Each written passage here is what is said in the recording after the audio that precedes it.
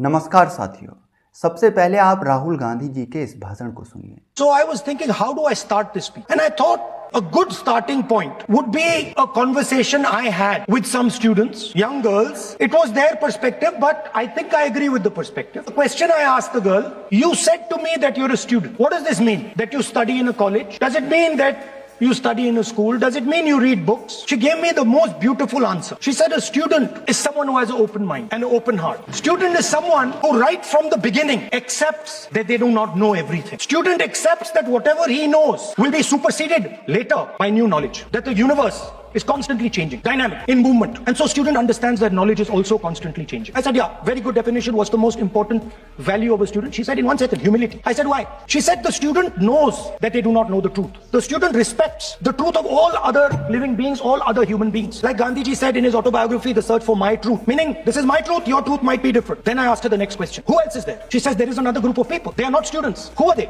She says, they are absolutely convinced that they know everything. They believe that the universe is static, and they believe that knowledge emerges from inside them. They believe that they are God, that everything that is to be known is known to them. They are arrogant. They don't listen. They don't respect other people's truth. So I said, what do you call these people? She said, I call them idiots.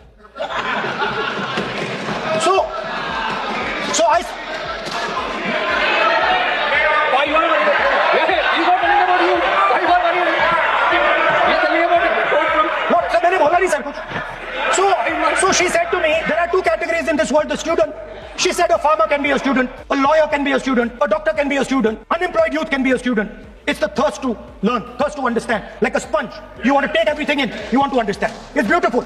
It's even respecting the rest of the universe. What about these idiots? She says to me, these idiots, they don't listen to anything anyone says. What?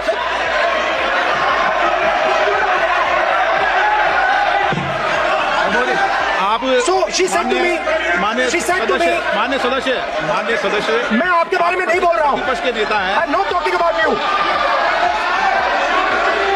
Sir मैंने इनका नाम ही नहीं लिया sir. आप सुनिए मेरी बात. एक मिनट विधेयक पर चर्चा कर रहे हैं. मैं कर रहा हूँ सर.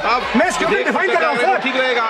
ये जो स्टूडेंट होता है इसका लक्ष्य क्या होता है? तो उसने मुझे बोला स्टूडेंट का लक्ष्य होता है कि वो सच्चाई के पीछे दौड़ता रहता है. Truth is sweet. Like Gandhi ji said, the windows of his house are open to all winds. Then I said, what about the idiot? And she said,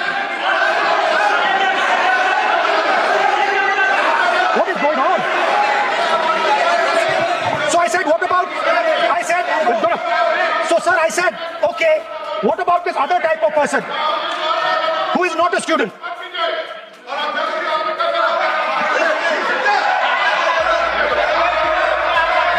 She says the student wears the truth on his or her chest. And I said, what about the other type?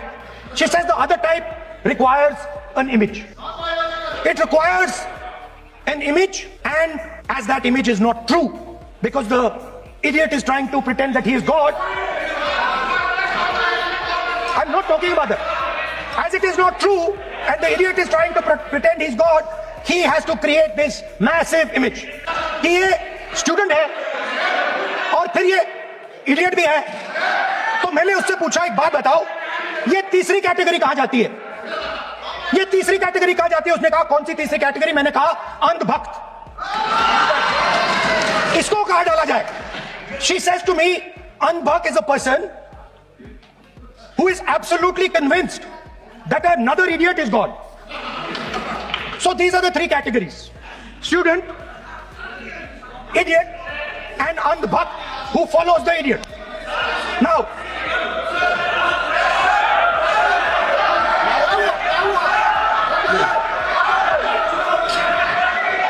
अब आप जरूर comment box में लिखिएगा कि आपको इस भाषण में क्या कुछ समझ आया है. उन बातों को कमेंट बॉक्स में जरूर लिखिएगा. मैं ये देखना चाहता हूँ कि देश के आम जनमानस के साथ राहुल गांधी जी का संवाद कितनी मजबूती से हो पा रहा है. देश के जनमानस तक उनके विचार कितनी मजबूती से पहुंच पा रहे हैं. आप जरूर कमेंट बॉक्स में लिखिएगा. लोकतंत्र में, राजनीति में जनसंवाद ही सबसे महत्वपूर्ण होता है. जिस राजनीतिक दल का जनसंवाद जितना मजबूत होगा वह उतनी ही मजबूती से जीत हासिल करेगा. इसलिए मैं चाहता हूं कि आप कमेंट बॉक्स में उन बातों को जरूर लिखें जो आपको यहाँ समझ आई हैं. विशेषकर वे अंधभक्ति का मतलब यहाँ समझा रहे हैं.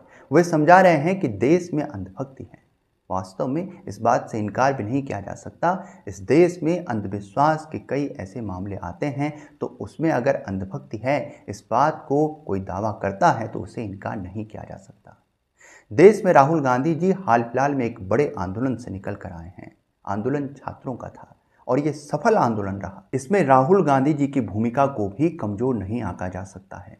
विपक्ष के नेता वे सीधी तौर से सड़कों पर उतरे और उन्होंने इस आंदोलन की आवाज़ को और अधिक मजबूत किया। अगर इस तरह से इसे देखा जाए तो ये एक महत्वपूर्ण जीत है विपक्ष की भी। ये पूरे देश में विपक्ष के लिए वो जीत है जिसे वो तलाश रहे थे। सरकार को किसी जगह पर लाकर उन्होंने एक कदम पीछे किया, ये कोई छोटी बात नहीं। तो राहुल गांधी जी ने छात्रों की आवाज़ बनकर अपनी जिम्मेदारी को इस आंदोलन में तय किया। वे सीधी तौर से छात्रों के लिए सड़कों पर उतरे। किंतु साथियों, हम ये चाहते इस समय पर कि संसद में राहुल गांधी जी जब अंधभक्ति का मतलब समझा रहे थे, उसी समय पर वे जेपीएससी के बारे में बात करते। वे बात करते झारखंड लोक सेवा आयोग के बारे में। वहाँ भी छात्र बेहद परेशान हैं साथियों। क्यों परेशान हैं कि वहाँ पर जितनी बड़ी धांधली परीक्षाओं में हो रही है, जितनी बड़ी धांधली झारखंड लोक सेवा आयोग में इस समय पर चल रही है, यदि आप उसे सर्च करके देखने की कोशिश करेंगे तो आपको मालूम हो जाएगा कि इस देश में तमाम नेता किस तरह से अपनी राजनीति को साध रहे हैं। इस देश में क्या हो रहा है आपको समझ आने लग जाएगा। झारखंड में इस समय पर जितना बड़ा धांधली लोक सेवा आयोग में हो रही है, उसे समझने की कोशिश कीजिएगा, उसे एक बार जरूर देख लीजिएगा। लेकिन वहाँ पर राहुल गांधी जी के द्वारा कोई बात नहीं की गई। इसका एक कारण ये भी हो सकता है कि वहाँ पर जो है कांग्रेस भी सरकार में साझेदार है। तो सवाल वहीं का वहीं है, समाधान किसके पास है। इस देश में साथियों आरोप लगाकर राजनीति जरूर की जा सकती है, लेकिन देश आगे बढ़ता है सुझावों से, निवारण से। आरोप लगाकर राजनीति करना आसान है, लेकिन देश को अगर आपको आगे बढ़ाना है तो आपको सुझाव लाने होंगे। आपको इस प्रकार के कुछ बिल लाने होंगे, इस प्रकार के नियम लाने होंगे जिसमें ये बात तय हो सके कि देश में दोबारा इस तरह की घटनाएं ना हो, छात्रों को न्याय मिले। लेकिन उसके लिए कौन तैयार है? कोई राजनीतिक दल नहीं, सभी अपनी राजनीति को साध रहे हैं। देश के लोग राहुल गांधी जी में भावी प्रधानमंत्री को देखते हैं। इस देश में उन्हें प्रधानमंत्री के तौर पर विकल्प के रूप में प्रस्तुत किया जाता है। किंतु क्या हो कि अगर मैं ये कहूं कि उनके साथ कोई नया राजनीतिक कल्चर नहीं दिखता, बल्कि वे उसी पारंपरिक राजनीति में फंसते चले जा रहे हैं जो आरोप की राजनीति मात्र है, कि दूसरों पर आरोप लगाइए तब तक जब तक उन्हें सत्ता से उतार नहीं दिया जाता और अपनी खामियों को छुपाते रहिए। जब साथियों मणिपुर में इतना कुछ हो रहा था, उस समय पर आपको याद होगा कि नरेंद्र मोदी जी ने कोई भी बात नहीं कही, एक भी बात नहीं कही, और इस पर खूब आलोचना हुई। होनी भी चाहिए थी, आपने, हमने, हम सभी ने की होगी। और क्यों की होगी कि इतने एक्टिव नेता जो हर बात पर बात कहते हैं, वे यहाँ क्यों नहीं कह रहे? इसकी आलोचना हुई, होनी भी चाहिए। लेकिन राहुल गांधी जी उसी प्रकार की राजनीति से जुड़ते जा रहे हैं। हमने उन्हें युवा नेता के तौर पर स्वीकार करने के लिए आगे बढ़ना था, एक युवा नेता जो नई राजनीति के कल्चर को लेकर सामने आ रहे हों। लेकिन ऐसा कहीं नहीं दिखता। वे भी अपनी गलतियों को छुपा रहे हैं और दूसरों की गलतियों को हावी बना रहे हैं। ऐसे कैसे चलेगा? इस देश में साथियों हम जानते हैं कि जब नरेंद्र मोदी जी ने मणिपुर के बारे में नहीं कहा तो ये उसी राजनीति का हिस्सा है कि अपनी खामियों को कभी नहीं गिनाना, बल्कि दूसरे की खामियों को गिनाना है, उस पर आरोप लगाना है। अपनी खामियों को नहीं गिनाना है, अपनी कमजोरी को कहीं भी उजागर नहीं करना है। ये पारंपरिक राजनीति है।